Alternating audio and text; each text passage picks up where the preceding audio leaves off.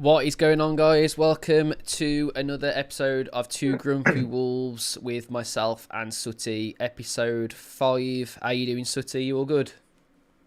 Good, Dan. How are you, mate? All good, my friend. What's going on, Sharky, Rebecca, Matthew, Batman, and Robin, Paul, Carl, Laura. Who have I missed? Anybody else? Dragos. How are we all doing, guys? Hope we're all good. Hope we're excited for a less negative podcast today, Sutty. I think even for two grumpy bastards like ourselves, I think sometimes you've got to say Wolves, for the last two fixtures where we've won one way or another, things are looking up a little bit, aren't they, Sutty? How you feeling about the last couple of games? Well, evening, everyone. I suppose a little bit of humble pie has been I'm the serving. consumed. Yeah, look, we say it as it is at that time, and if it's shit, we'll say it's shit. And if they've done well, you've got to give them their credit for doing well, and they've done well, so you've got to give them credit. You know, in the last 4 games, 2-0 down to Arsenal, pulling it back 2-2. I think if it had gone on any longer, I reckon we'd have turned them over as well. Yeah, I think you're Palace right. away, Unlucky there. should have got a point.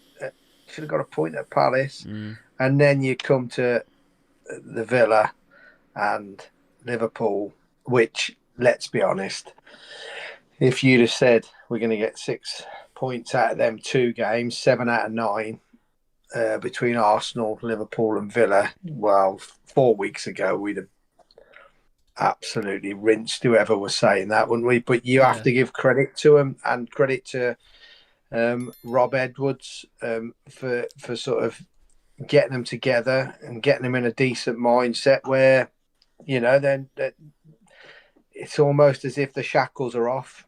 We're fucked, but fuck it, we'll have a go type thing. Yeah, We've rode our luck.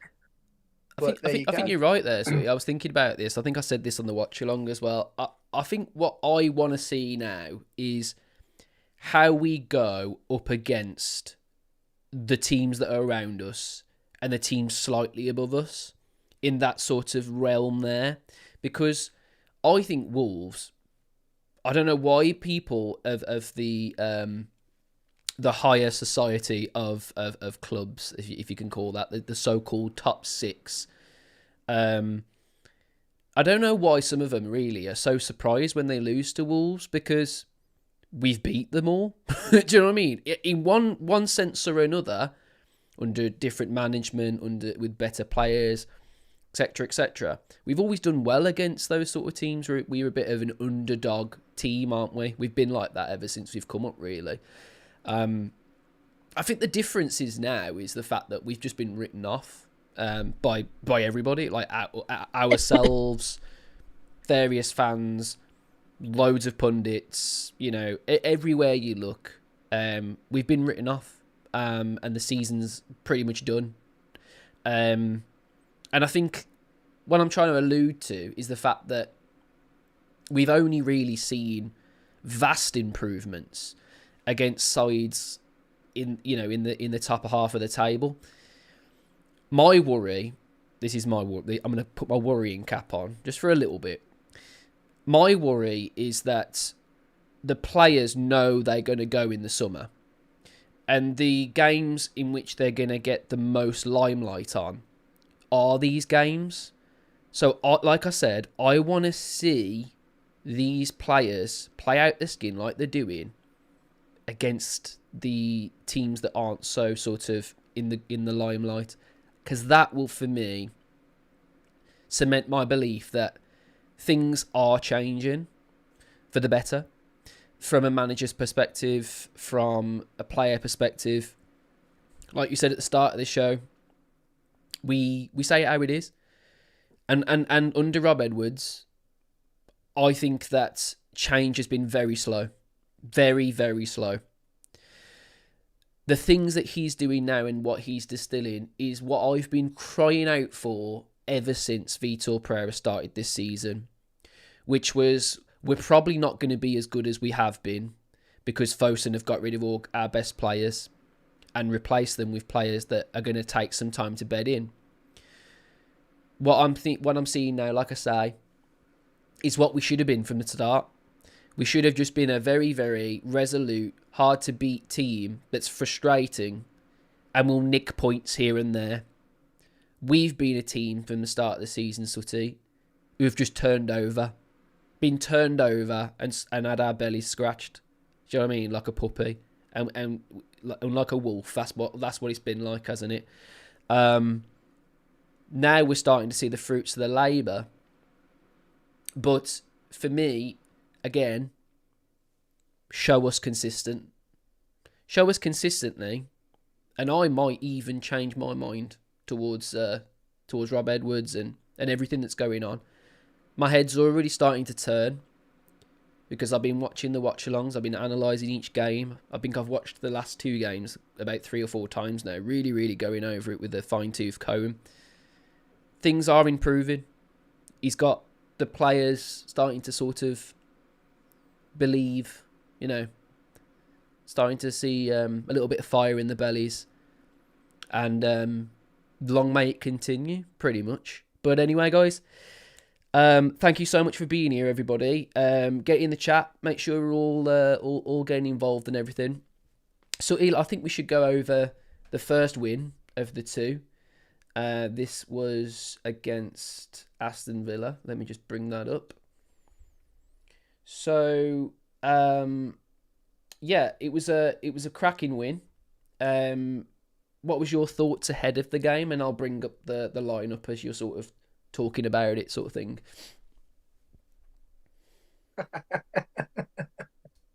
Oh dear, who would have thought it, eh?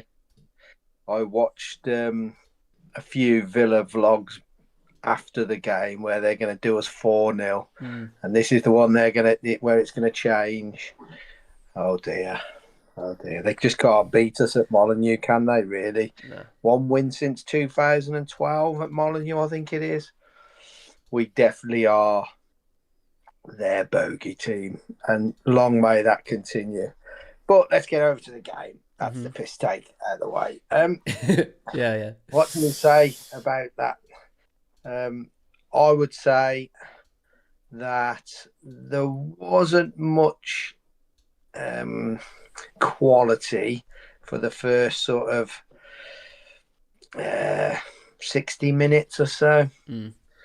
But what we did do is we out-battled them. We did drag a good football team down to our level. And we got them in the trenches with us. And once they were in the trenches with us, they're not used to having to dig in like that. I class the Villa as fast-track bullies.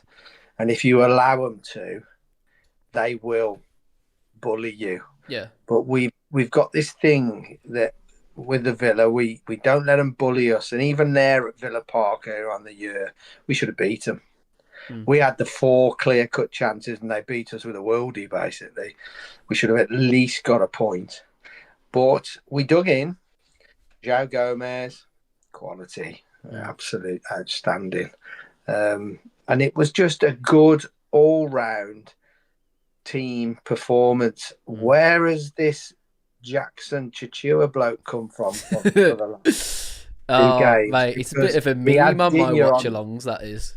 He had Digne on toast, didn't he? He absolutely shit himself, and it was almost reminiscent of Matt Targett feigning injury to get away from Traore. Yeah, because he didn't fancy that, and it was a bit like that. And we beat him in every position over the park. Back line was good, midfield was better, and up front, they just didn't want it, did they? They didn't want to battle against us, and we turned them over, and we thoroughly deserved that. And it was a lovely sight to see the away side of the ground empty en masse when the second goal went in. Beautiful sight. I think what's interesting, since the Palace game, we've sort of stumbled upon a way of playing, and I've been the first person to say that our lovely, good-looking manager is all about the looks, and not quite as tactically astute as managers from the past. But what I have noticed is he's made us a very narrow, hard to break down team. And if you actually notice our backline and the midfield, they go very, very narrow, Sutty. The wing backs sit in really, really narrow as well, and force teams to go wide. And then we beat, and that's where they've got to be really, really good. These teams are against us to break down that line, put a ball in, and then beat the likes of, Santi Bueno, Mosquera, these really tall blokes, big stocky blokes. Jose Sarr at the moment commanding his box really well. And that has made it really, really hard for teams to break us down. Even the likes of Liverpool and Villa. And obviously this will get found out eventually. Clearly, we've played the same system 3 times in a row now, and we've basically played the same game. Didn't work against Palace, and then it worked against Villa.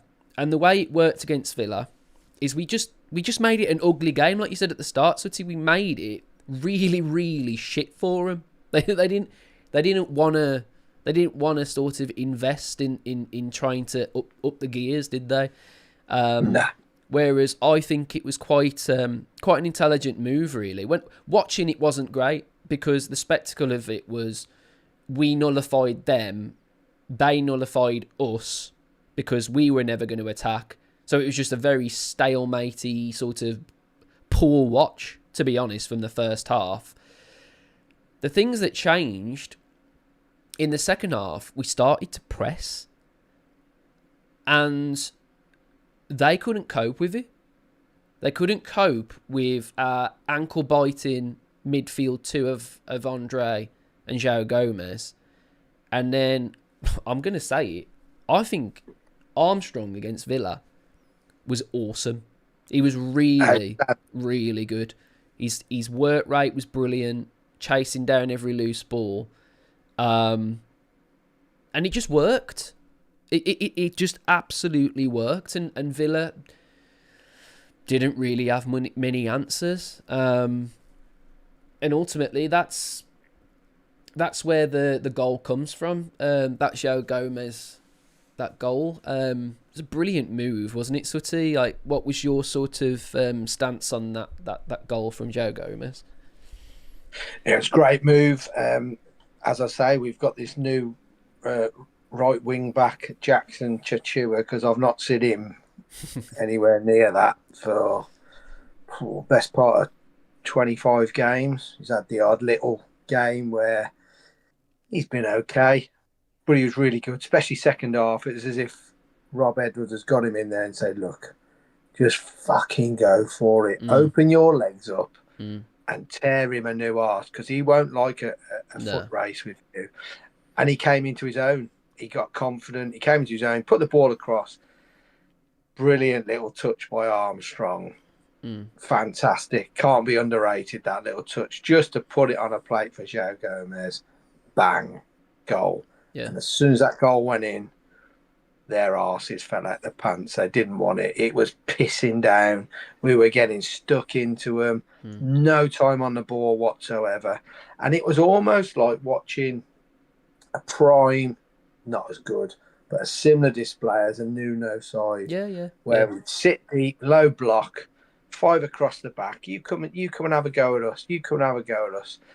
And then we'll let them sap themselves of energy, trying to get through us and trying to open gaps.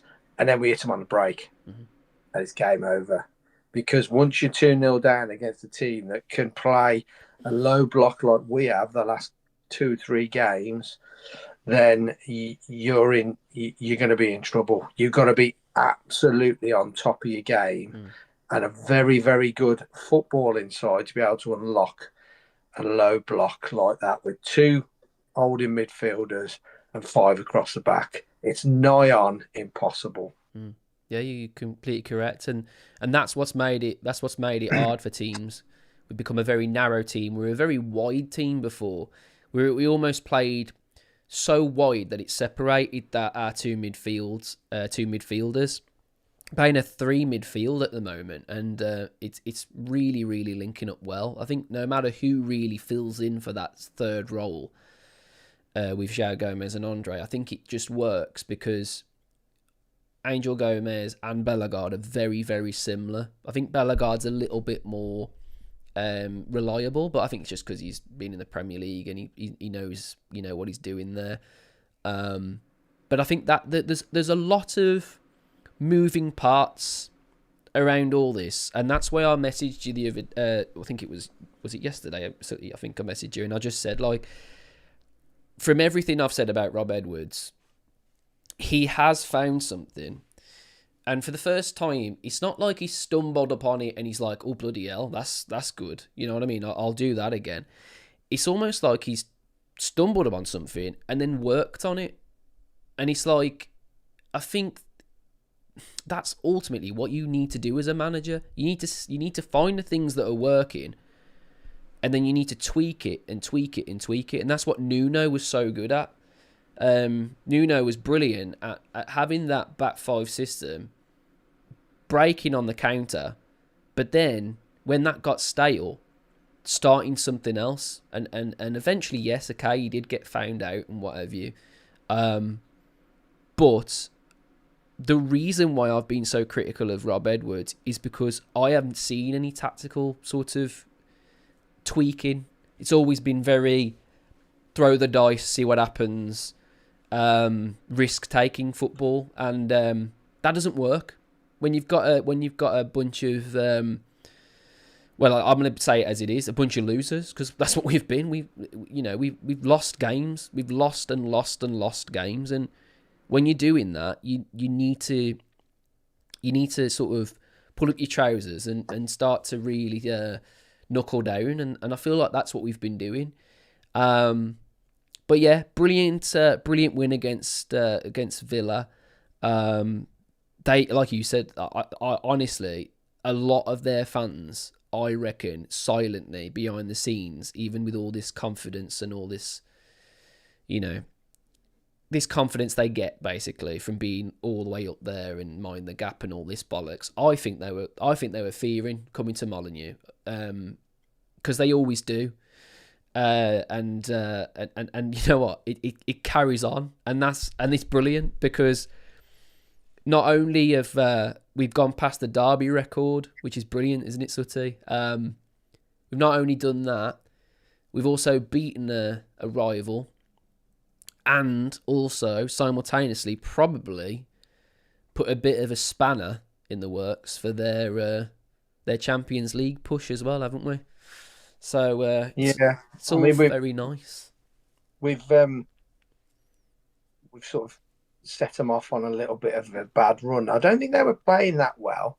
Like I say, I think they're actually. I think Unai Emery gets the absolute last drop out of those players, but I think they're struggling a bit. I think if he was to leave. If a big job come up, i.e. Real Madrid or something like that, and he left, I think you'd see a major fall off with that squad of players. I just think he's such a good coach, and he demands so much, and tactically he's very good. They'll have the odd off game, but he gets the very last drop out of them. I don't actually think they are a top six side on paper, but like I say, he gets the most out of them. Going back to what you've just said about Rob finding a system, he's tried a 4, and I do hear people saying, "Oh, we need to play a 4. We need to play a 4. Gives them another attacking player." That's bollocks, right? Because I tell you why. If you play the 5 and your wing backs perform, you get 2 attacking players. It's not rocket science. It's always 4 across the back, 4-5-1 or whatever. It's never worked for us, and we've got to have a major change in personnel to play it. Correct. Why would you go against a system that in the Championship, if you've got the back line you've got now, i.e. 3 centre-halves, Santi Bueno, Krejci, Mosquera, and then you got young Bueno and Jackson Chua on the right. And say you've got Sam Johnson in goal, so I don't think Sarr will be here. Then you've got the basis of a very, very good defence in that league. You do not want to go tinkering around with something that works. It's proven it's working because it's working against the top sides. Now, the top sides will always come at you.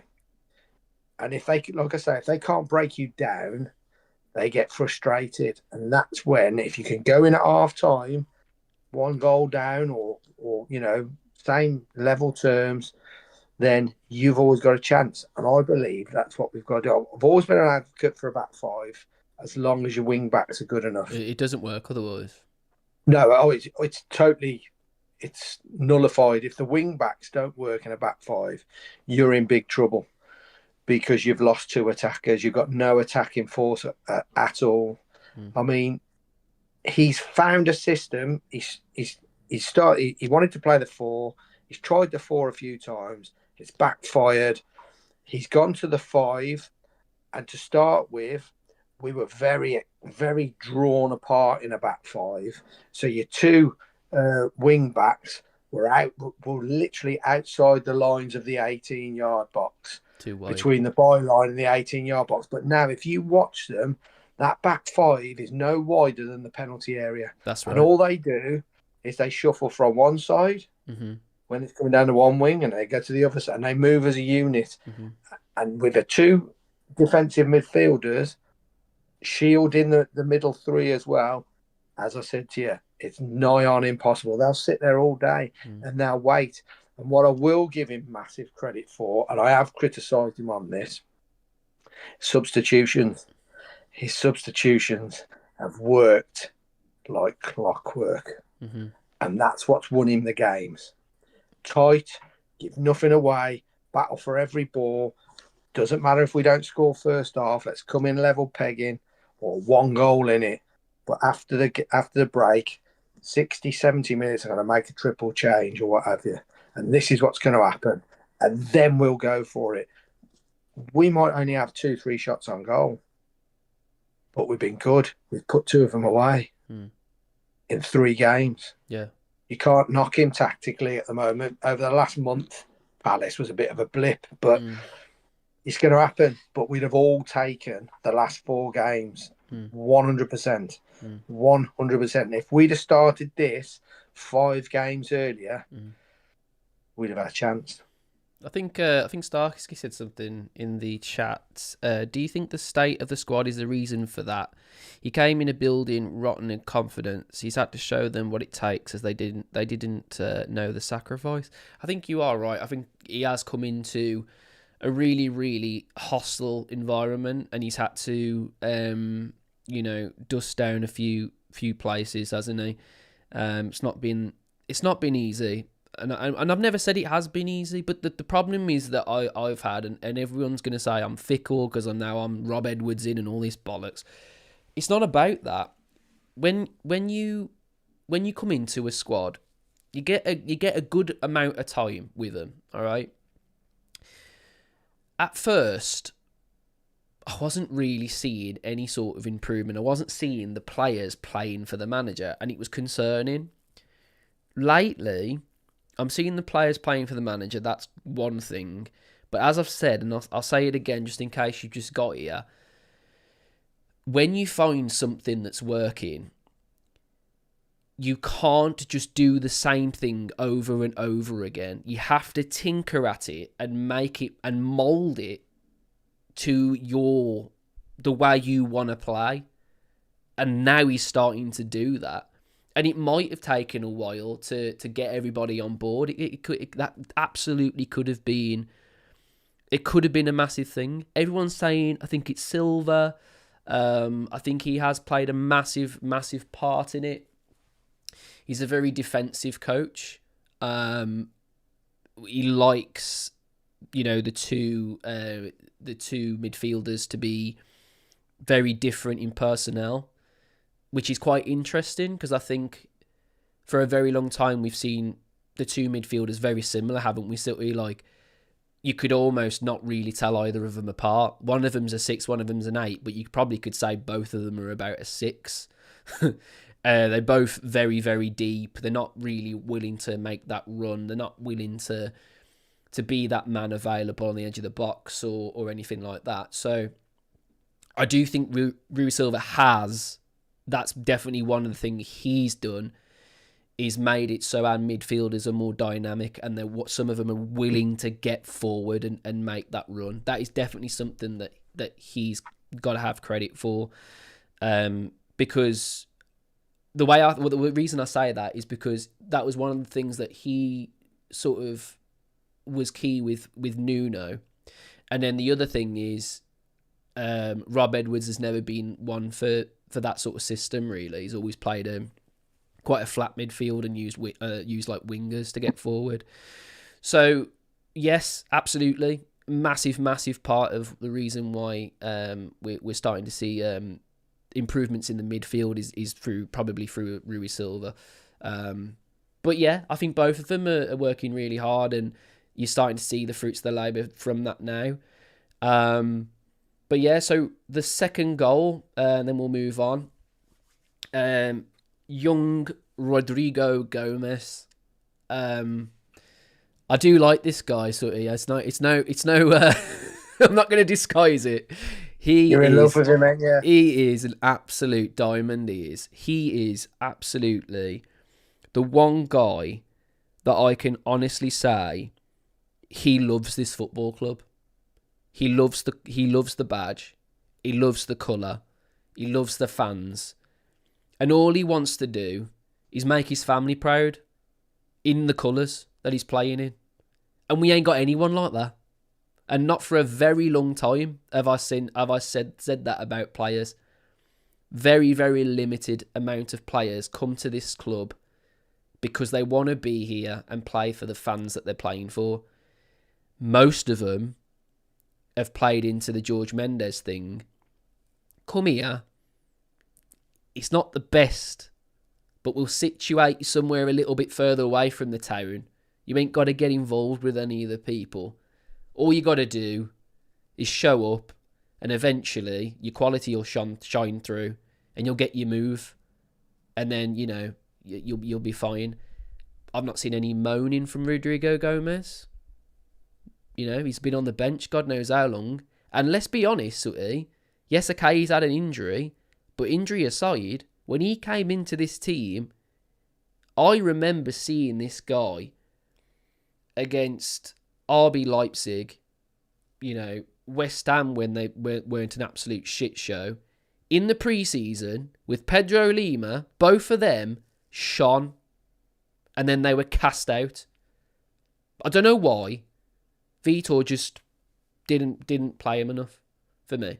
Well, our best player in the summer was oh God, who's just gone to Celta Vigo again? What's his name? Strad Larson. No, Celta Vigo. Oh, fucking. Oh God, I forgot his name. Someone will say it in the chat. Fer Lopez. There you go. Fer Lopez.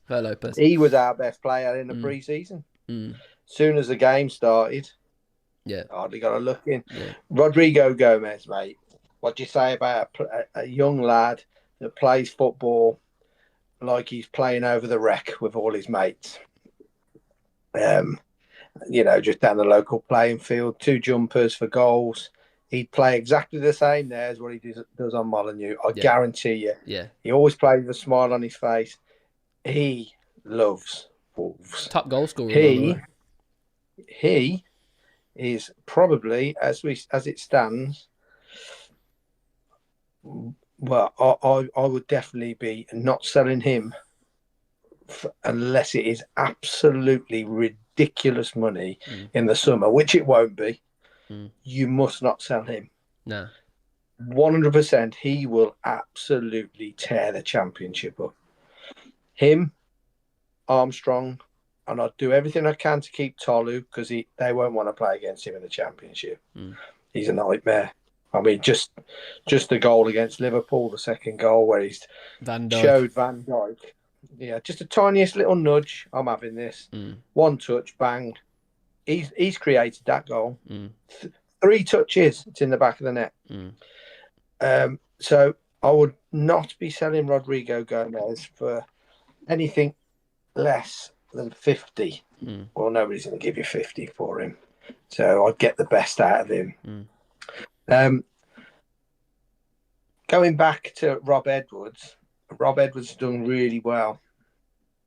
And as you all know, and even on social media, I've been saying tactically he's not good enough. Tactically over 4 games, you could say, because Palace, we weren't bad. But my big thing was, this reminds me very, very much of Luton in the Premier League. Luton nearly survived. Luton did really well. When they went down, he was the big fish then in that little pond in the Championship, and he failed dismally with a side that nearly stayed up in the Premier League. That's my only concern here. When you're struggling and we've got absolutely nothing to lose, Dan, nothing at all. If we didn't win another game now, but we've beat the Villa, Liverpool, West Ham, and we've had an half-decent cup run, nobody's really going to blame him, are they? No. In general. But my big concern is next season, when you've got to win the league, you've got to win it or come second at worst. You do not want to be in the playoffs. If we're in the playoffs, that's a failure. It has to be first or second. And if, like they say, they're going to chuck substantial money at it because they only want to be down there 1 year, you're trusting him, not just him, but you're trusting him and with the kind of profile of player he wants to get you straight back up. And you're going to be chucking probably circa 100 million quid at it. That's a lot of money for the Championship. I know people say, we'll bring in, they bought in 400 million when they sell everybody this summer. Yeah, they have. And they'll have parachute payments, yeah. But £100 million in the Championship is a lot of money. Will I be going down to the Championship, knowing we've got 100 million or whatever it is to spend, thinking, yep, this is the man who's going to deliver us straight back up? And I still say the answer to that, for me, is 90% no. It's decreasing by the percent though, which is nice, because it was 100 before, wasn't it? Yeah, I just didn't trust him to do it. I didn't see anything that he'd. It's almost like he's just gone in the changing room on the Monday morning and said, "Right, lads, we're down.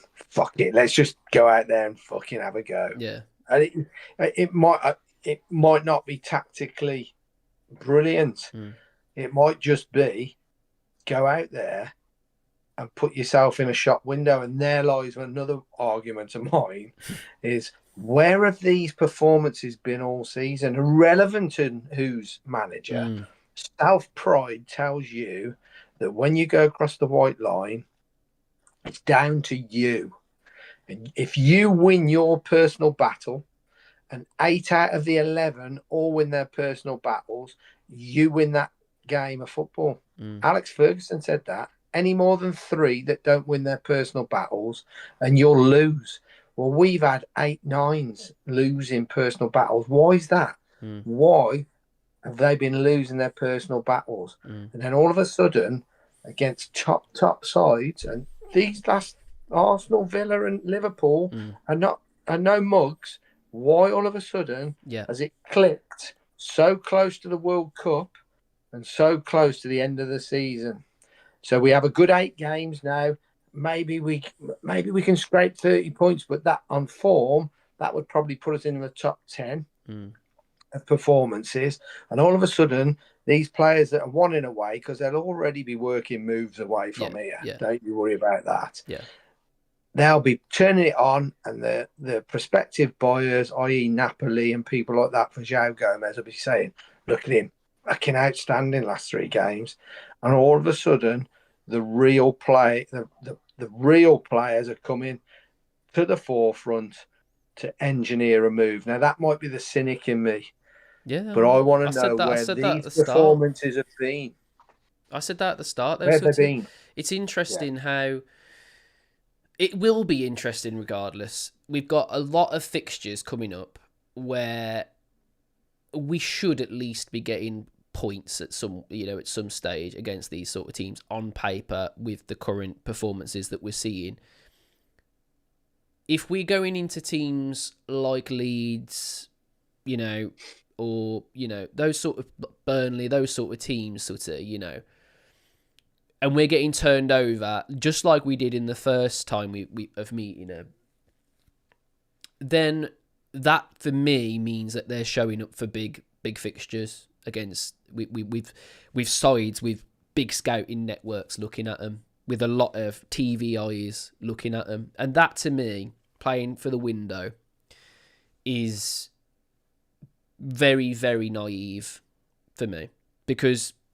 yeah, okay, you get your move, brilliant. But then, how many times have we seen players absolutely play out their skin, and then not be like poster boys for the clubs that they've gone to after Wolves? There's not been many, really, if you think about it.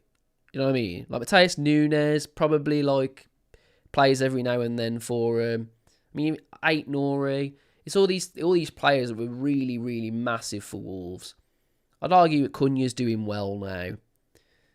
But it ain't really worth it, really. You should just be showing your quality and your attributes every time, because we're paying to watch it. You're an entertainer at the end of the day. You should be showing us that all the time. So this is and you're absolutely right. You're saying you're a cynic. It's completely correct. Look at where the performances have come. Tottenham. Yeah? Remember Tottenham? At Arsenal, the first time. We were unlucky. Right? Liverpool, first time. So, when have we played a side that's around us, other than maybe Palace recently, where we've been like, okay, all right, these are the teams around us. We're starting to show something. That is a concern, to be fair. Like, show me about around the show me for the rest of the season, and that can be put to bed, can't it, Sutty? Because if we see it throughout the rest of the season, players playing for the badge, good performances, good tactical things, then we can go, okay, fair enough. That makes sense. Like, fair play, lads. You're showing when not all the eyes are on you. So fair play. But yeah, anything else you want to add to the Villa game before we move on, sort of? No, we were better. They were shit. We win the battle. That's all there is to it, isn't there? We haven't won the war, but we won the battle. That's it. So, the next Wolves fixture was Liverpool. And going into this game, I was thinking, all right, we've done well against Villa. But first half, we were really, really poor. And we needed to show more of what we saw in that second. What I was very impressed with, and I think I've said this twice already, but the tinkering of what's already been working, Sutty. So it worked against Villa in the second. We've gone into this Liverpool game with that exact same game plan. Exactly the same thing with tweaks. And those tweaks were, when the ball comes to you, don't panic. Don't just give the ball away straight away. Have the ball at your feet. Play it around. Interchange. Do you know what I mean? Jackson, okay, you get into an area, you make a mistake. The crowd will be on your back, of course they will. But just keep fucking going. because you're getting in the right areas, and we know you've got the quality to put the ball in. That's what the managers are all saying. All the managers' staff, they're all probably just looking at social media and going, "Fuck, mate, why is he not doing what he does on the training pitch? He puts balls like on a 50 pence in the training pitch. Fucking do it on the ground." And I think that's the same for Hwang as well. Because why does he play so much otherwise? I reckon on the training pitch, they're fucking unbelievable. They must be. Yeah. Do you know what I mean? To keep getting chosen, especially Jackson. So he's interested in this game, how he's took on that sort of responsibility. Right, I've started again. I had a good performance against Villa. Now I need to show it. And he had some fucking dreadful passes and balls into the box at start. But against Liverpool, fair play to all involved, really. I thought we lined up really well. I thought, obviously, we had to make a few changes for different reasons. Rested some players, Sutty, for tomorrow. It was interesting. It was very intriguing. There was a few players in this team that was a little bit shell shocked. I think. I think Angel Gomez wasn't great. I think even Mateus Mane had a fairly poor game. To be fair, I think he had some good little spells. But again, like you said, Sutty, it's all about the substitutions again, isn't it? And that comes down to Rob Edwards. So yeah. Talk us through this game from your perspective. You know, you were there. What was your sort of overall feeling towards the game? Again, very similar to Villa. Keep it tight. Don't give anything away. Don't do anything stupid first half.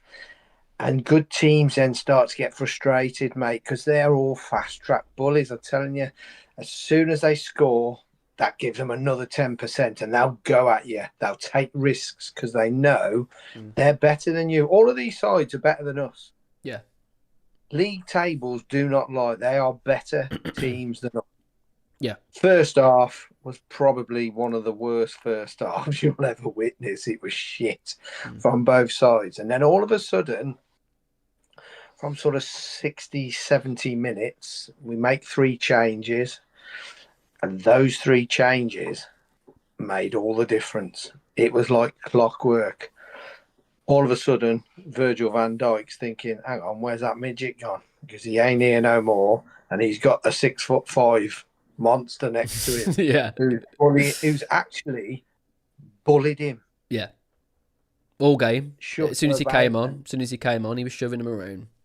You see, I hear so many times this is the worst looking centre forward we've ever had. It's absolute bollocks, that is. It's not just about scoring goals.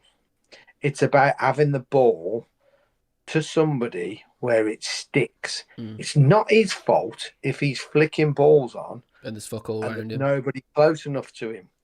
But what he did do the other night, another aspect of his game, Jackson Chichua, our new outstanding Cafu. right wing. Yeah. I still can't get over it because 3 weeks ago I thought he was the biggest bag of bollocks going, but I'm going to give the kid credit because he's been really good for 2.5 games now. He's put a ball straight off from the 18-yard box and he's put it on a sixpence to Tolu, who's got Virgil van Dijk right up his arse. And one little sort of nudge off the ball, one touch, sprays it out right wide to young Rodrigo Gomez. 2 or 3 touches and such a sublime finish. Under pressure, I might add. Absolutely outstanding team goal. Brilliant. And that set the tone for 20 minutes of fucking madness. Because it all of a sudden went from being the most mundane game you've ever seen to almost like 2 heavyweight boxers saying, fuck it, let's just have a good slugfest and see. It was like a basketball match, wasn't it? It was mental. They obviously score. They come back into it. They score through our bad pass at the end of the day. Yeah. I'm not going to knock Bellegarde because I've seen a bit of a different Bellegarde when he comes on. He's the one centre midfielder that we've got that wants to get the ball on the turn, Drive it. drive with it. He's fucked up. Everybody fucked up, don't they? Yeah. It's a mistake. He's not doing it on purpose. We've been punished 1-1. Let's be honest, we'd have took 1-1. But this lot, Dan, didn't give up. And they went again. And obviously, it's a bad mistake from Alisson in goal. We forced it, though. We forced it, yeah. Pressing. Good press. We forced it. And the balls fell to Jackson Chichua, our outstanding right wing back, who's come inside a little bit. Never said a bad word against him, Sutty. Never said it. No, he's fantastic. I love him. And he's one little nod down to Andre. Andre's had a go. Absolute pile of shit shot. It's took the worst deflection known to man since Ruben Neves away at Villa. And we've won the game 2-1. And that could basically sum the whole game up. Molineux's gone mental again, third time in 3 weeks. And Molineux, all of a sudden, over the last 3 games, has become a bit of a fortress, Dan. And it's a cauldron, isn't it, again? Well, the South Bank has come back to life. The South Bank. The only thing that could make the South Bank any louder now is the liquidator. Yeah. And that would take get it in tomorrow, mate. Fucking hell. It would take the roof off. And all I can say is, I don't want anyone to fail at this football club. No. I really don't. I don't come on here wishing for failure. I love this football club. Absolutely adore it. I don't like certain people that have been running it. But I always love this football club and I always want us to win. Yeah. But as I said to you earlier, when we're shit, I'll say we're shit. And when we're good, I'll say we're good. And we've been very good tactically on and off the pitch in the last 4 games. And you cannot knock that. No. You must applaud that. And he has done a really good job. And fair play to him because the bloke, Rob Edwards, I'm on about here, he looked at such a dejected figure on one of the pre-match. Pre-Villa, wasn't it? It's pre-Villa. Pre-Villa. He looked drained. And I thought this is taking its toll out of him. But it's amazing what a good win against a local rival. I don't care what anybody says. It's a derby. If Villa had won, it'd have been a derby. It's a derby. It's a West Midlands derby. Always has been and it always will be. It's not our biggest rival, but we haven't got our biggest rival in this division, so it's our biggest game, and it's their biggest game. Whether they like it or not, it is their biggest game. They will look for that Wolves fixture at the beginning of every season if Birmingham City aren't in the league with them. But, as I say, that wraps that game up, basically, in a nutshell, because it was a 20-minute game. Yeah, it was. It was a bit of a shocker. I got to be honest. I was watching it on the watch along as I do. I think the big thing about this, like I think I've said it already, but bears repeating, is Wolves look good passing in this game. There was some extremely good passing movement. I need to talk about João Gomez. I don't want to keep putting so much spotlight on this kid because he is going in the summer, 100%. This guy, the touches and the movement and the fucking... The thing is with this guy is he is a pit bull. That's what they call him, isn't it? He nips at ankles, gets the ball and then releases it. There was quality in his passing against Liverpool. There was a couple of through balls when I was like, fuck me, where the hell has that come from? Where has that come from? Like, it's almost like this derby record has been weighing heavier than what we thought. I think now that derby record's been broken, I think they're starting to think, the tide's a little bit, easier to swim in now. João Gomez, mate, when he's on it, he is an unbelievable player. An unreal player. Probably one of the best box-to-box midfielders Wolves have ever had when he's on it. Because his engine's unbelievable. And if you let him run the width of the pitch and just unleash him, he's a weapon, mate. He's an absolute weapon against teams like Liverpool. Because they couldn't handle him. And I'll tell you what, you talked about Bellegarde earlier. Bellegarde put Szoboszlai on his arse at one point. There's a lovely clip the Wolves media team did. Bellegarde's running at Szoboszlai. And Szoboszlai's like, yeah, I know where you're going. You're going to cut it inside. And he goes to cut it inside, then he moves this way again towards the line, and then he cuts it back inside again, and he just fucking falls over. And I'm just thinking, where has this confidence come from? Because we weren't doing any of that. And we were saying over and over, these aren't good enough, these aren't good enough, these aren't good enough. It's shit that this has been laying so dormant in our players, because had this been all sort of on the table from the off when Rob came in, we could have been looking at a very different different end to the season. But I'm glad that we're seeing it now, at least, because you've said it more than anyone I've seen, Sutty, that momentum is huge in football. It is massive. It's massive, because you could go into the next division with barely any of these stars, and if you've still had the momentum of wins under your belt through the manager, through a system, that's massive.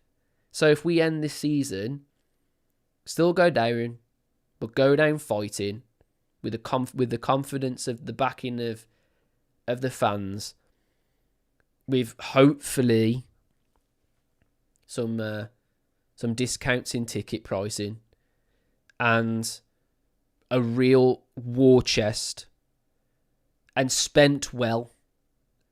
And I think this is the issue, and you brought it up earlier. Rob Edwards, so far, hasn't really done the thing that every other manager does. And I think this might be under Nathan Shee as well, to be fair. He hasn't asked Uncle Jeff for anything beneath the between the sofa cushions just yet, has he? No. And that could really play in our favour, or it could hurt like a bastard. It depends what we do. If we're clever with it, we can have the best of both worlds, where you're getting these hungry championship players, British championship players who know the English game, and then a few stars, few diamonds in the rough through, where we always go, Uncle Jeff.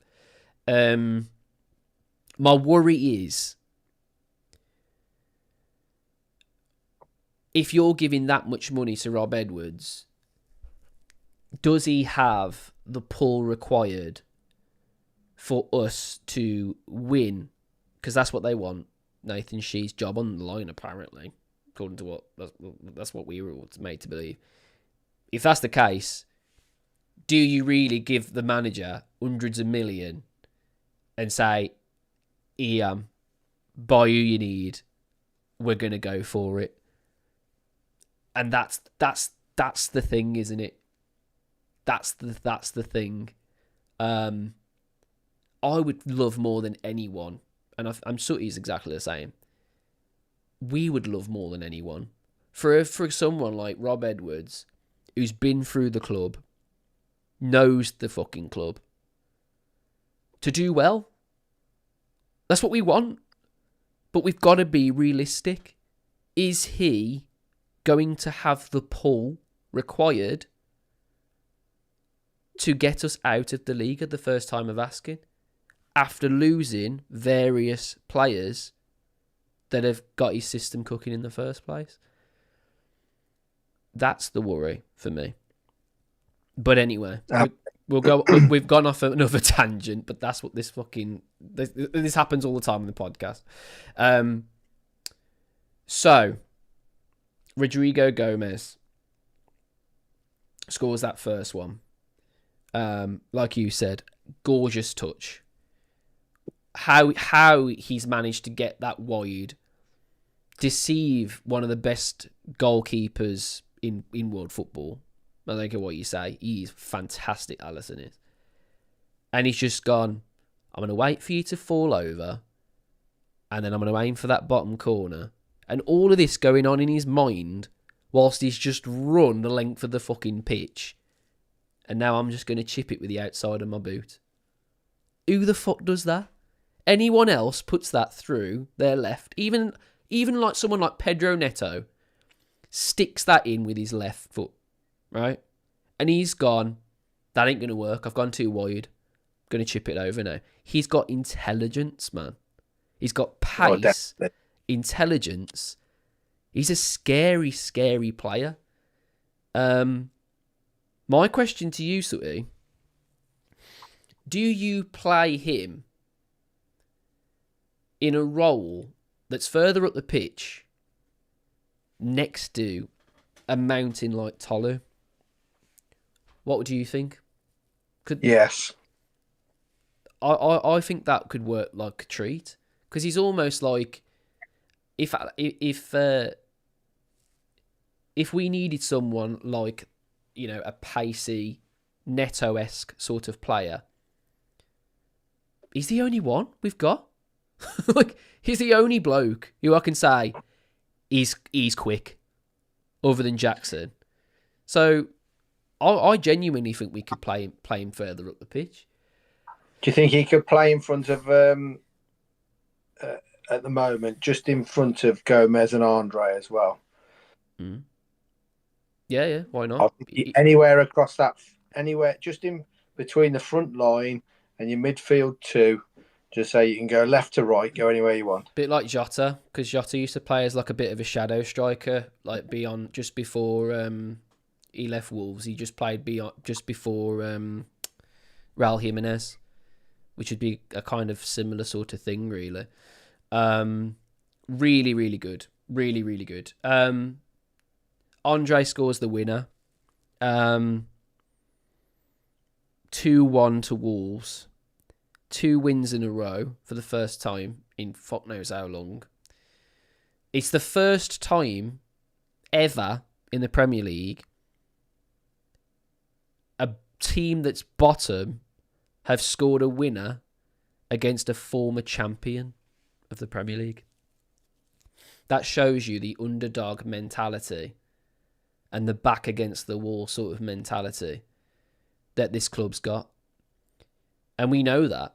We know that's in our DNA, and I think that's what's frustrated us so much, Sutty, isn't it? Is that we know that we're an underdog side that bites back when it's injured, and we've just not seen it enough, have we?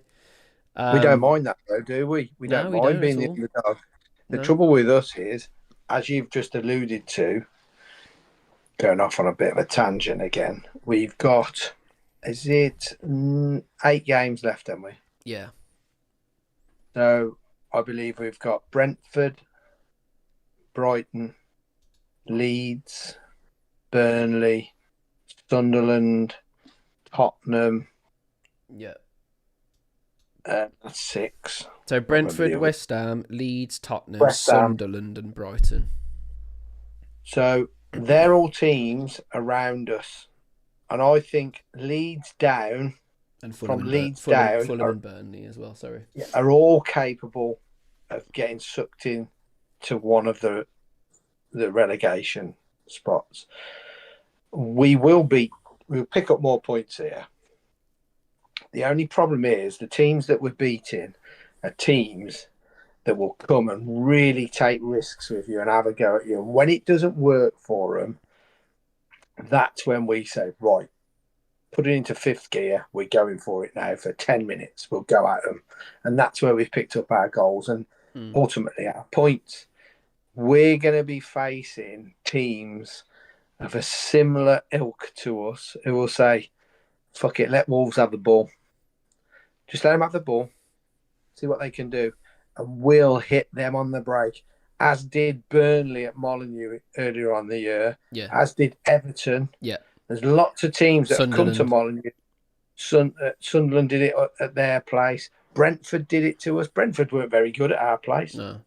Pretty poor. Forest nearly fucking killed us as well, by the way. Forest, 1-0 at home. They were poor. So we've got to change the mindset that we have to have the ball against the lesser teams. Don't change it. Let them come at you. Because they're worse at it than these bigger teams. Let them come at you. They'll make more mistakes, won't they? So you capitalise on the mistakes they make, and then where we've messed up, even in Nuno teams, I can remember Huddersfield coming up. They won 3 games all season and done the double over us, and we finished 7th. I remember, yeah, mate, yeah. And the trouble with them was we have this thing in our head that when we deem we're playing a team on the same level of us or worse than us on form at that time, that we have got to go at them, get at them. No, just take your time. Your chances will come. And just as Liverpool, just as Arsenal, just as Villa, they'll leave you more openings. When they get frustrated, they cannot break you down and you'll win the game.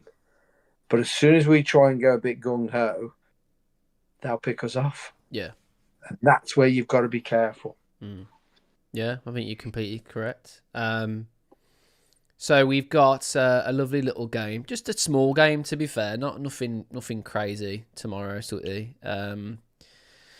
Fucking hell, FA Cup with the chance of getting through to the next round, and all we've got to do is basically do the same fucking thing, other than the fact it's starting 15 minutes earlier. It's the same fucking game. So really, who's more scared about this one? Liverpool, who already have lost, who are fighting on more fronts, who are coming into, let's be honest, a hostile environment because we're going to fucking want it more than them. It's going to be an interesting game because you can't just do the same thing. It's like I saw Rob Edwards talk in the press conference and say we can't do the same thing because then we're not improving. We're not seeing the things that we did wrong and improving. That's absolutely perfect. You need to analyse the way we played against them and start to think, right, where did it go wrong in certain situations?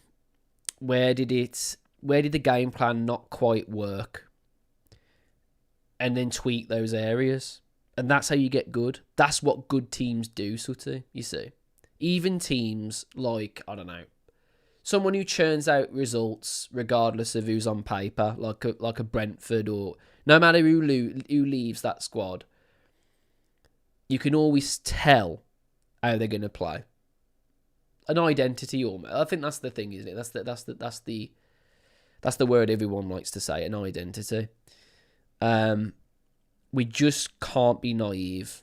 We can't be like, let's just play the same way, because they are a good team, and as much as you want to say, Sutty, you're basically a better looking Arnie Slot, aren't you? Basically, that's the way. So basically, what I'm trying to say is, he is a good manager, Arnie Slot, even though he looks like most bald men I've met. He's not got many features, has he? he will come at us a different way. He will probably let us have the ball more. He will probably make them more resolute, and he'll probably thicken the midfield. And that's going to fuck us if we're not careful. Because if they win the midfield battle and we've not got an Andre there, we could get very, very hurt quickly there.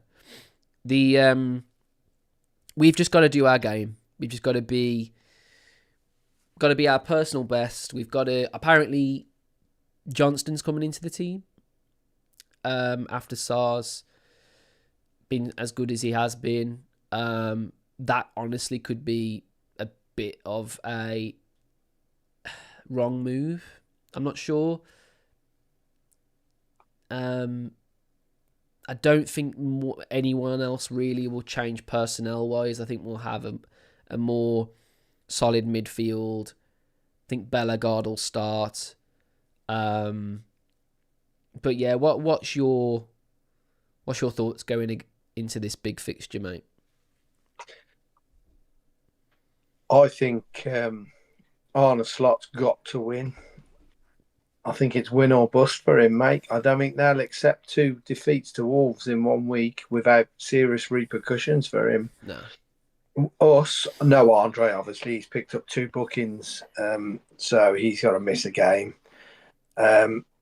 Angel Gomez, I think he'll start. Yeah. I think Bellegarde will start as well. Mm. And I think it'll be almost a rerun of the other night, Tuesday night. I don't see much difference. Their shot of confidence. Yeah. And we're on the up, and that makes a level playing field because they're a better side than us. Mm. All day long, they're a better side than us. Better depth, better side. But when negativity gets into your brain, it's very, very draining, and it drains the legs, mate. And it doesn't matter what you do. It's almost like you're running with concrete blocks on the ends of your feet. It's a horrible feeling. Confidence is such a big thing in any sport, whether you do it professionally or at an amateur level. If you lose your confidence, you just become a bag of nerves, and that's what we've got to make them feel like, a bag of nerves. Molineux's got to be bouncing, mate. From the first whistle, mate. It's got to be on. Absolutely, it's got to be bouncing. This is why I keep going on about the liquidator. Play the liquidator, you'll get another 10% out of the crowd. I just don't get the remit why they're not playing it. It's nothing to do with the police or anything. No. It needs to be brought back because the place will. I don't give a fuck who doesn't want it. I'm telling you now, it will work. It will. And it's all the little things that are put together that will make a bigger thing that's better. Now, if we have got the same mindset as we had the other night, and we can get into their heads and bully them, close them down, chase every ball, win our personal battles, we'll win the game. But how many times did Liverpool play 2 games on the bounce where they've been poor? It's not many times, really. So we've got to be at our best, and we've got to hope they have another night off and they're not really playing for him. I do believe if they lose, he could well be in big, big trouble. It reminds me of when we played Man United, to be fair, just in a reverse way. Because I think in the Man United games under Nuno, wasn't it? We played the cup game first, and then we played him in the Premier League, didn't we? We beat him both times. So that's the kind of mindset you've got to have. You've got to be like, well, we've beat you before. Why can't we do it again? The worry for me is this is a bigger game.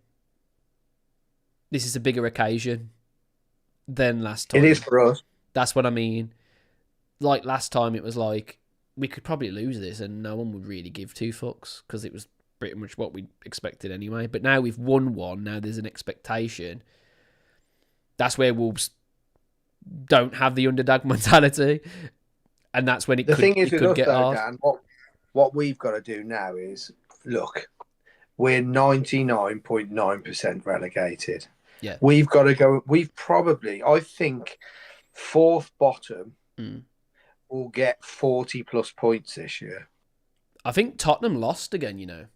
To Palace. Well, I do actually think that the team that finishes fourth bottom will get 40 points.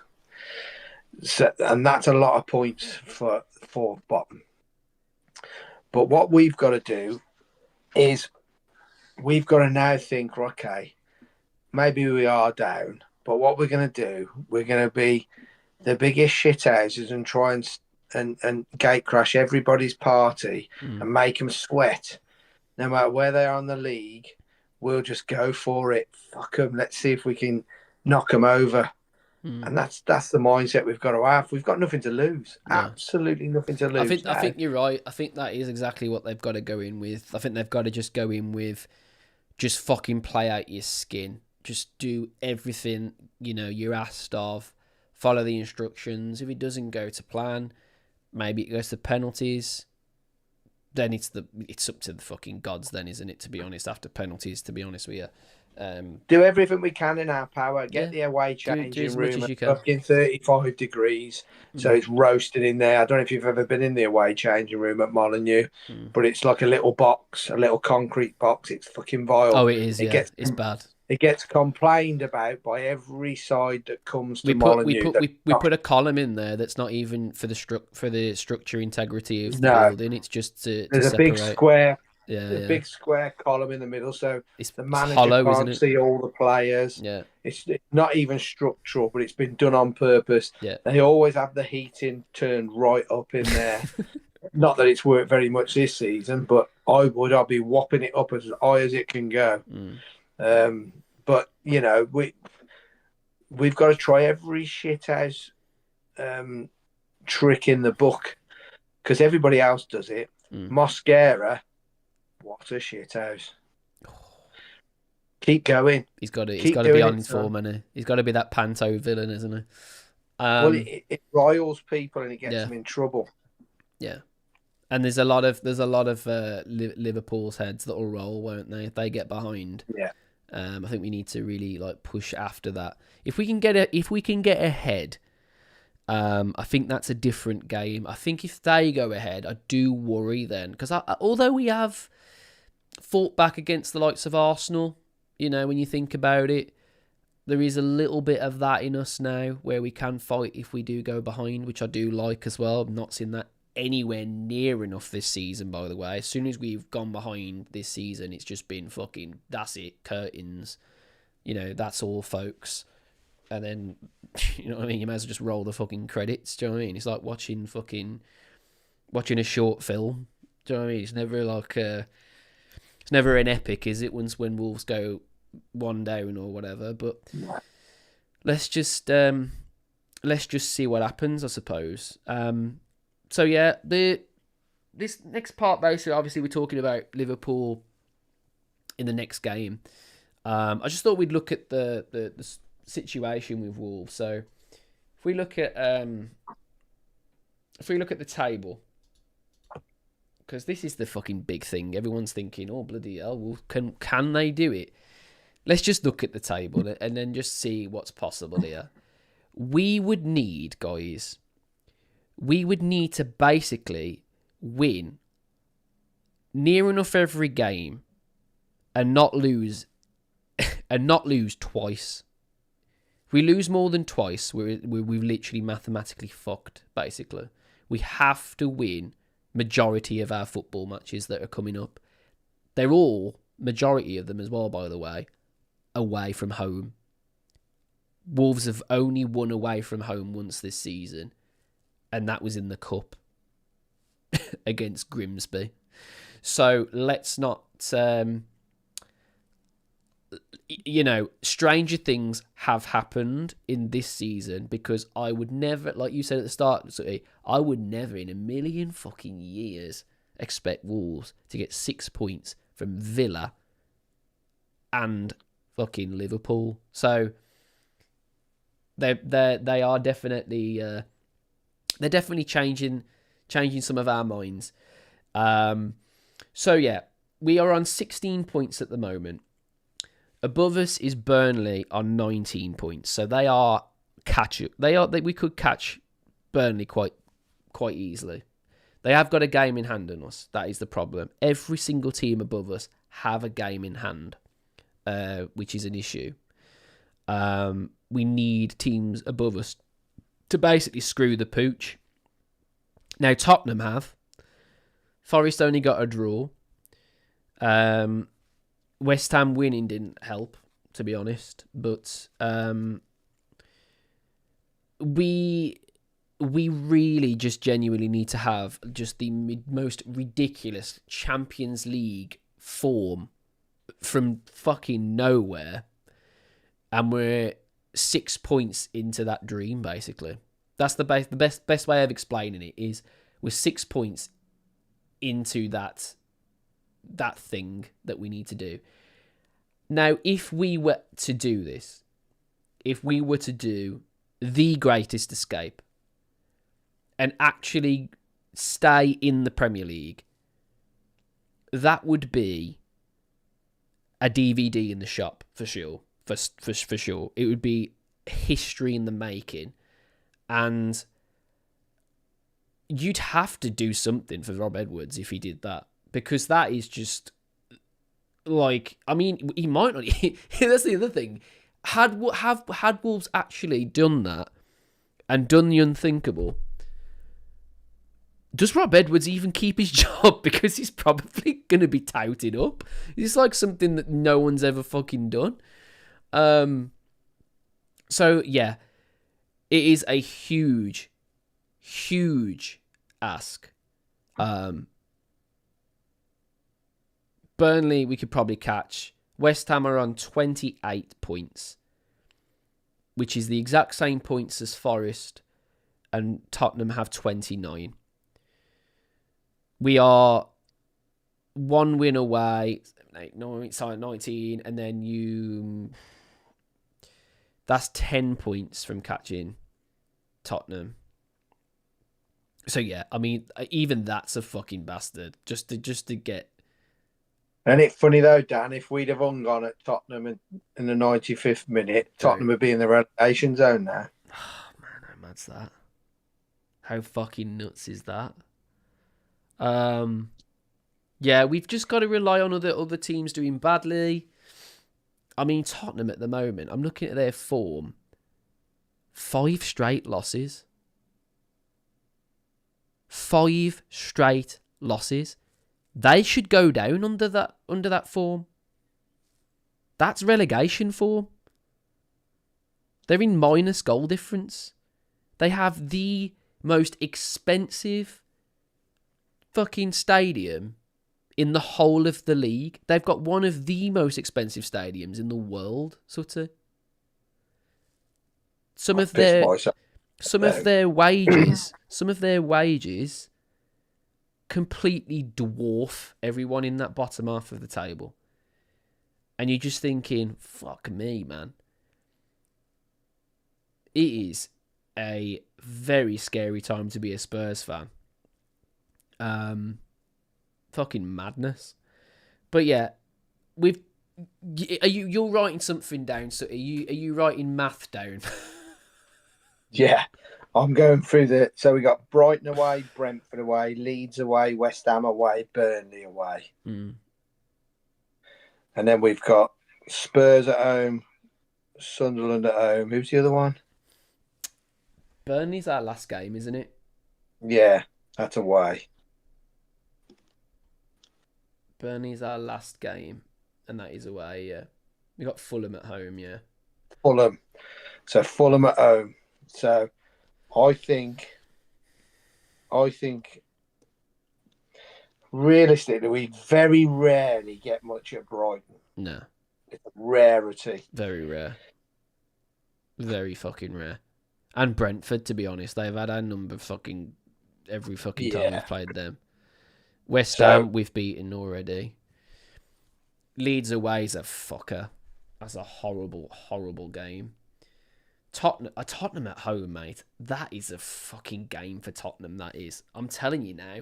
That is a vile game for Tottenham to have, by the way. On a Saturday, 3 o'clock game, Tottenham versus Wolves, and Wolves are at home. Fucking hell, man. That's a bad one, that is. I think we'll beat Tottenham at home. Oh, and me. And I think we'll beat Sunderland at home. Yeah. That's and I think just because it's Molineux, I think we'll beat Fulham at home. Okay. Because it's becoming a little bit of a fortress over the last few games. So what away fixture are we winning in those in those games? Burnley. We don't. I think we'll beat Burnley. I think West Ham could be winnable. West Ham have still got something to play for, and they've started turning it up now. They're turning it on a bit. Forest are stuttering, although they got a point last night. I think West Ham will stay up by the skin of their teeth, because if West Ham go down, it's almost lock the gates on your way out. Oh, it is. It is. They're fucked. They are absolutely fucked. Financially, they are insolvent now. So if they go down, it's absolutely catastrophic. They'll have to sell everybody and basically play a load of kids next year. So for us as a club, if West Ham came down with us, that'd be fantastic, because they wouldn't really threaten us. Forest, I think, are favourites to go down. And again, they'll want rid of Gibbs White. They'll want rid of both centre halves. The keeper will go. There'll be a lot of players go from there, and they'll have a lot of money to rebuild. And I think they would be our biggest threat. But it'd be funny to see them fuckers go down, wouldn't it? Yeah, mate. Out of those teams there, Tottenham, Forest, and West Ham. Tottenham that's disgusting. But even Forest and West Ham, that's poor. Look where Forest were not long ago. Look where West Ham were not long ago. Under that manager that's doing very well at Everton. Careful what you wish for. This is a problem when you've got owners that start pissing about, though, thinking they know how to run football sides of things. A good owner is there to sign off checks, mate. Yeah, literally. Yeah. Literally. Do not get involved in something you know absolutely fuck all about. This is what's got us in this situation, because you got Big Jeff playing fucking FIFA, thinking, oh, he looks a good player. He's getting loads of points on here. That is your problem when you've got owners and chairmen like that start pissing about. Forrester got one. He's an absolute nut job, isn't he? Let's be honest. He's fucking crackers. I think he'll get in shit. He will, man. One of these days. There's something going on there, man. He's fucking. Well, nuts. he's as dodgy as they come, mate. I mean, he's been done for everything, but you know, there's nothing to say that the owner of Fosun ain't dodgy. Most mega rich people are dodgy. That's how they've got their money, mate. That's the reality of it. You are right. So, I don't see us. I see us at a maximum, an absolute maximum. And I'm being really kind here, saying that we'll get between 13 to 15 points maximum about our remaining games. And that is a good return for 8 games, mate. Brilliant. A major return. But that ain't enough. They're enough to keep you up. It's not enough, and I think we'll be disappointed. But would we be more disappointed when we just go down whimpering? Losing all our players like we're going to do anyway. But go down whimpering, into a really hostile league with a manager that's got no form, what the fuck would be the point in that? You better off going down fighting. And well, I know we're going to have a different team, different squad, but this is the start of next season. I said to people that I'm sick of saying this because I got shot down on Facebook and whatever, saying fucking pre-season don't matter. I'll say it again. The results do not matter in pre-season. No. But the performances and the tactics and the direction that your squad is going in absolutely do matter. And if you get progressively worse throughout your pre-season, then get ready because you're in for another struggle, because that's your foundations that you're laying. Don't forget as well, pre-season's a lot shorter this year. Long World Cup.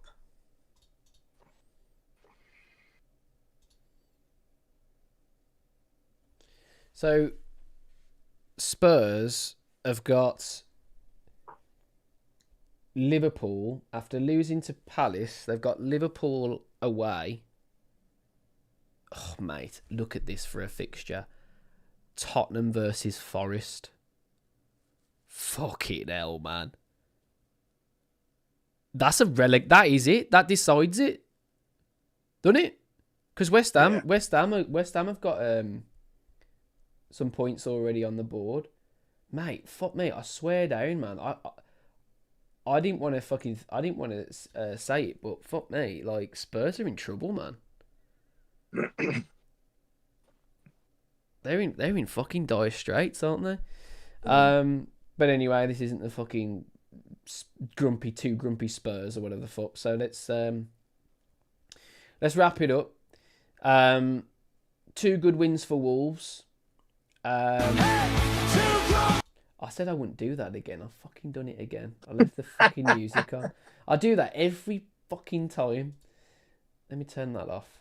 Fuck's sake. Every fucking time I do that, I was like, nah, I'm not gonna do it this time. He's done it again. Right. Let's wrap it up a little bit. All the gear, no idea. That's me. Fucking hell. Any questions in the chat for me and Sutty? We're just gonna wrap it up now. Some difficult times this season, Sutty.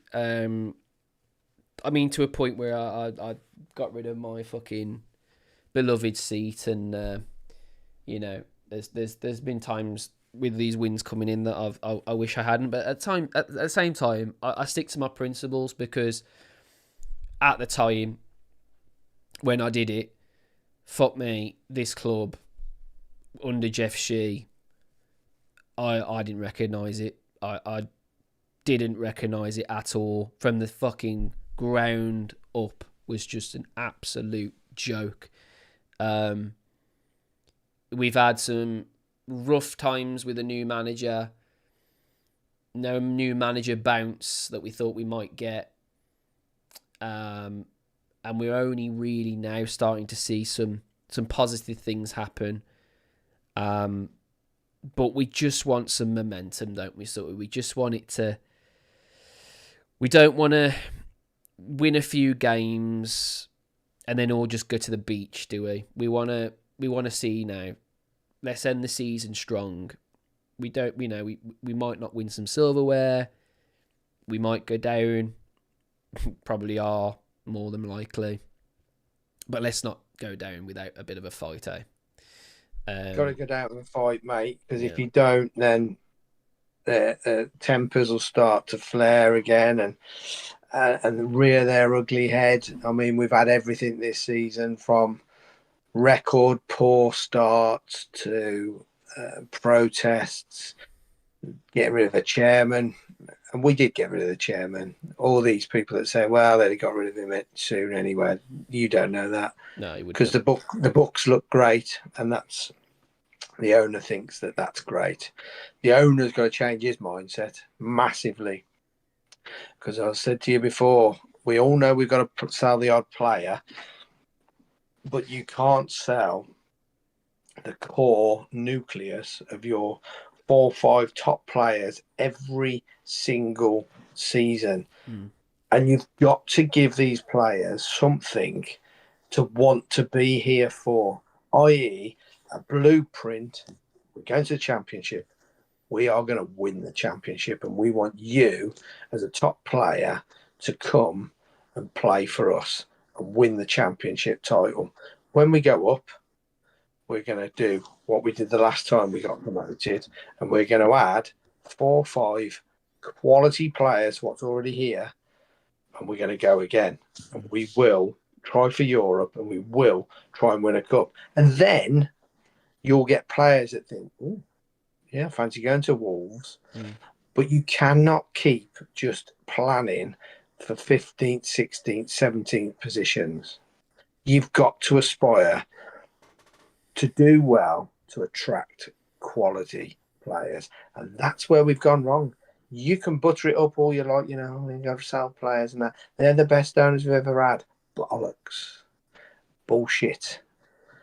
They have been very good owners, but you cannot keep harping on about the past all the time and keep giving them a free run and a free hit. Yeah. You must hold them to account all the time and keep your eye on them and say it as it is at that time. If we're poor, say we're poor, because let's not beat around the bush here. Yeah, we've just beat Villa and Liverpool and drew with Arsenal. But as a whole, this is totally unacceptable. No, unacceptable, yeah. Unacceptable. Terrible season that we've been subjected to. And you hit the nail on the head. It's all down to fucking Jeff Shee and his agenda. Some stuff have come out recently. I thought I'd end the podcast nearer to a couple of things that we found out. Jeff was basically he had his claws so much in this club, he was toying with the staff that were working tirelessly to bring in players that they've been working round the clock, Sutty, round the clock, constantly. This guy. Oh, nah, I don't fancy him. Jeff, who have you got? And then we've gone for... George, who have you got? And then we've gone for whoever George has given Jeff instead.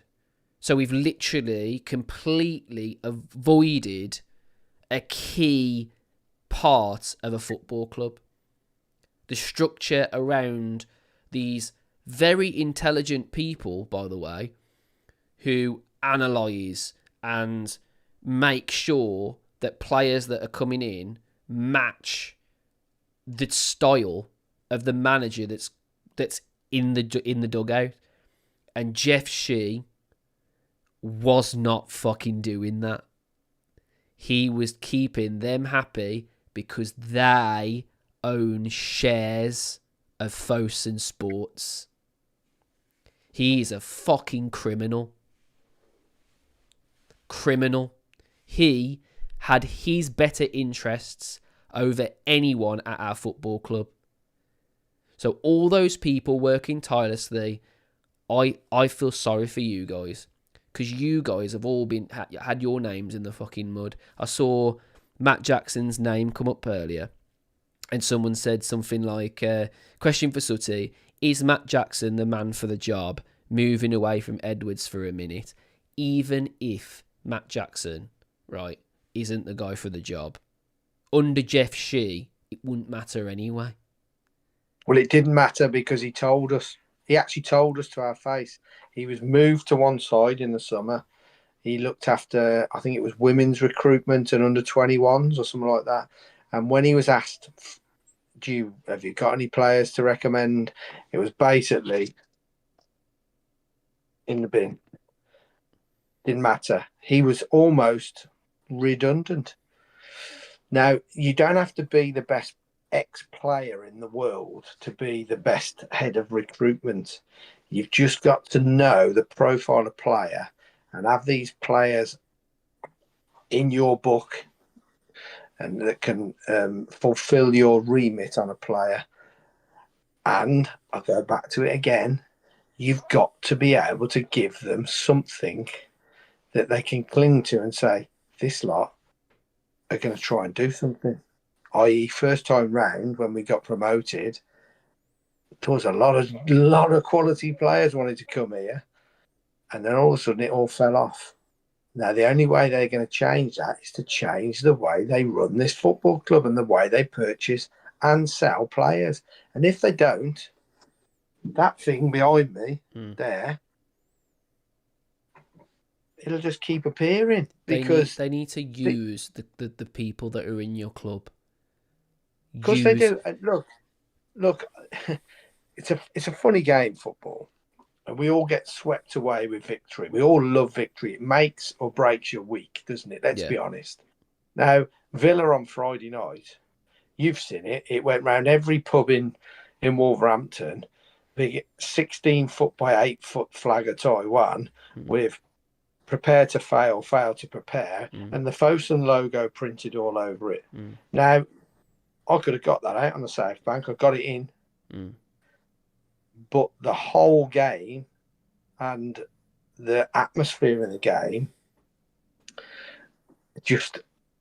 I got swept away by it.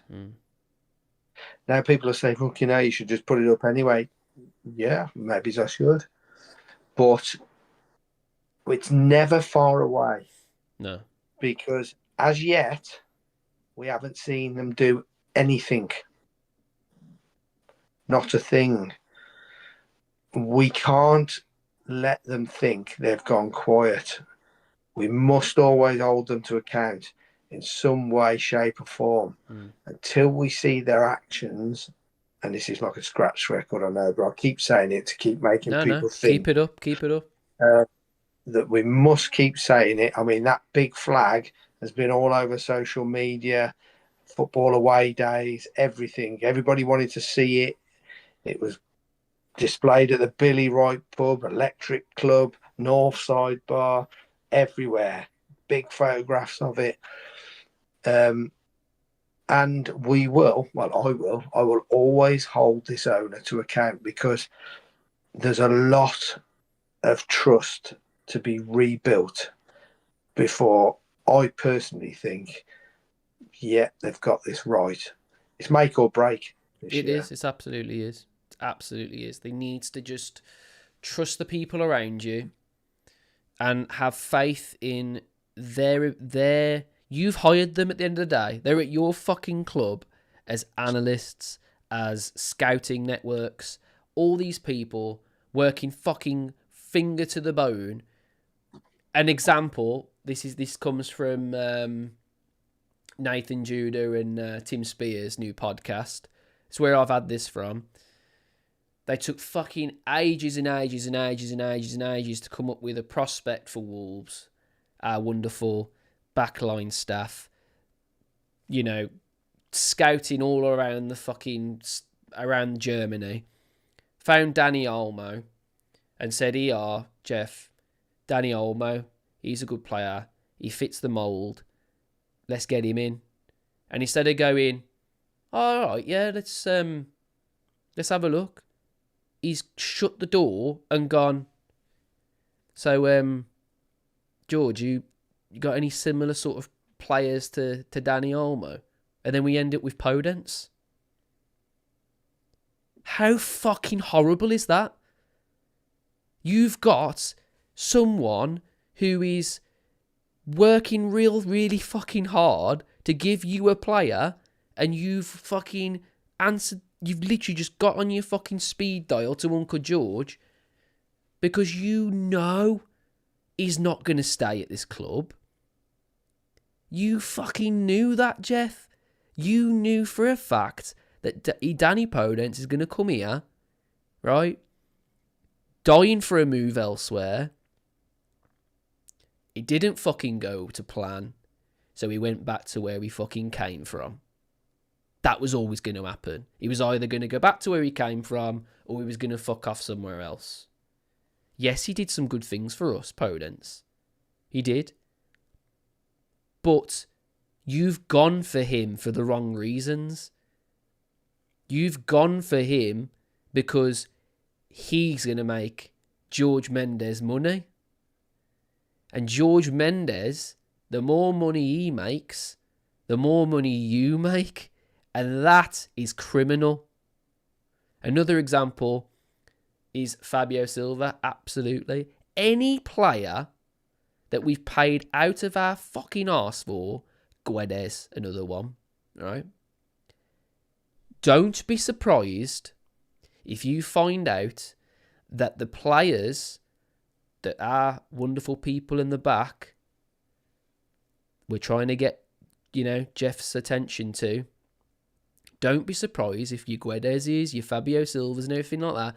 Don't be surprised if the players that were actually coming into our club the right way aren't fucking pulling up trees now. Don't be surprised. Don't be shocked. That guy was a fucking criminal. He's killed our club. Sutty said it the best. He's raped us. He's fucking raped us. He has ruined it all. Right? Trouble is, Dan, he spun us round, whipped our shorts down and fucked us up the arse from behind. And that's why we find ourselves in this position we're in now. It can't continue. Warning. It seems good at the moment because we've got nothing to lose. But there's got to be some serious planning in that boardroom to make sure that they change their remit on buying and selling players. And they've got plans now. They should know now, roughly, who they're going to go for in the summer. I'll leave you with this one as well. Burnley today have announced their season ticket prices for next season. They've done it. We know what our season ticket prices are going to be. Now, why on earth are they not releasing them? Now, I believe they'll come down, and they'll come down considerably. But if you want to get a fan base really on board, let them see the colour of your money. See how much you value them. Because there's nothing to cling on to here. Because all you've got to do is give a championship price and a miracle price. And if the miracle price comes in where they've stayed up and they've won 8 games on the bounce, whatever it is, 10 on the bounce, like Leicester did in 2015, then I'm afraid most supporters will say, fuck it, I'm prepared to pay the 735 quid to stand in the South Bank again. We've just performed a miracle. So you could have 2 prices done now. Absolutely, you could. And I believe they are, but I think they're just hanging on. Can I just read you something? Chairman of Burnley. You, our supporters, are the lifeblood of Burnley FC, and we thank you for your unwavering support. Our season ticket campaign for 26-27 is about protecting that connection, especially for our younger fans who represent the future of this club. In a climate of rising costs, keeping price increases to a minimum, extended to our under-21 concessions and our club ties initiative reflects our commitment to keeping Turf Moor full, loud and united. If Wolves did that, with that statement Nathan Shee signed, mate, a lot of people are getting season tickets next season. It's that fucking easy, Wolves. It's that easy. And then I made for a fact, Dan, I made a call.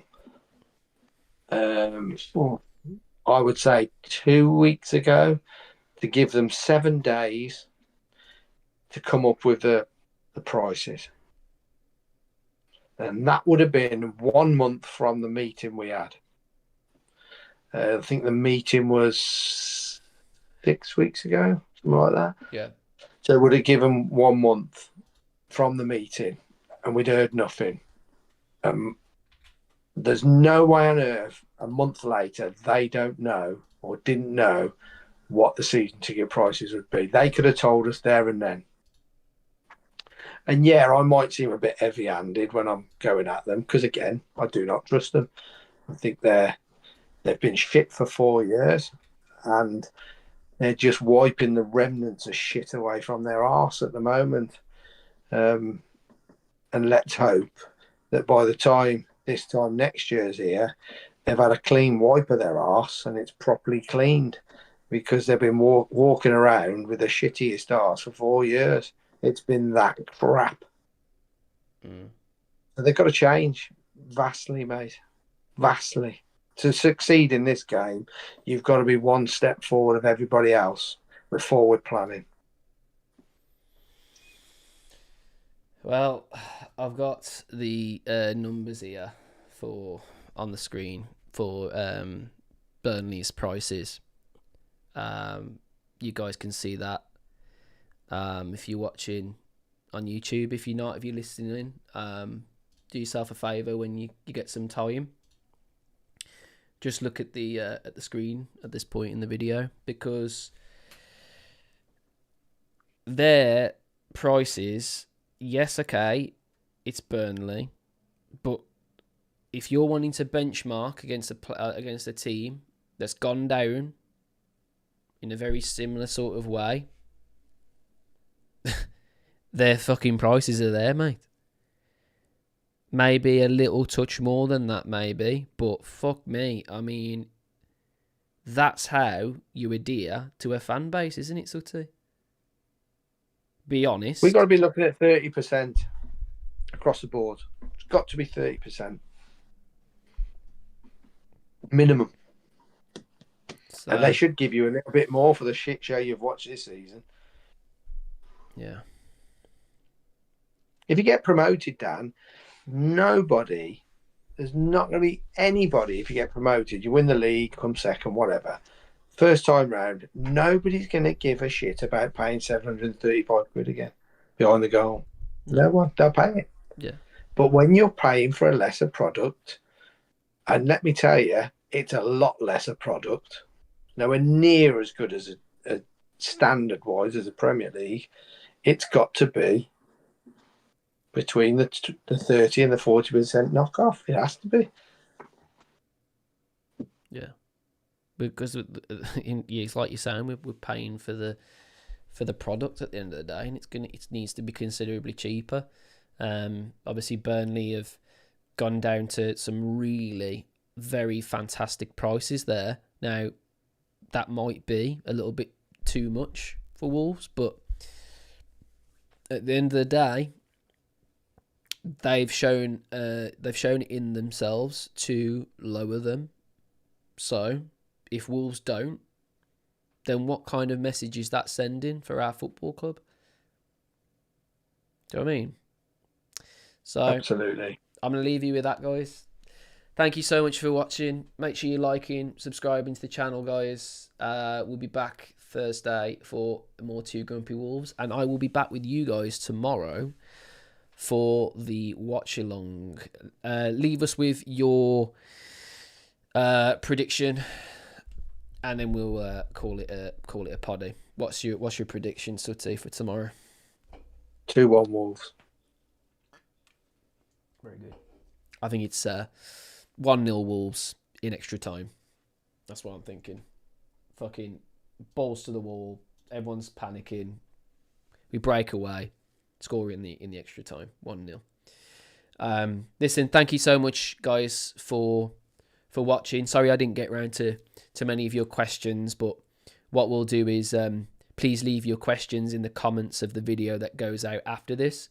And I know you look at the comments as well, Sutty, so we'll respond there if there's something that we've missed. But thank you very much for watching, guys. Hopefully this has been a little bit more of a positive one, like last time where we left with hot heads. Really appreciate you all for being here.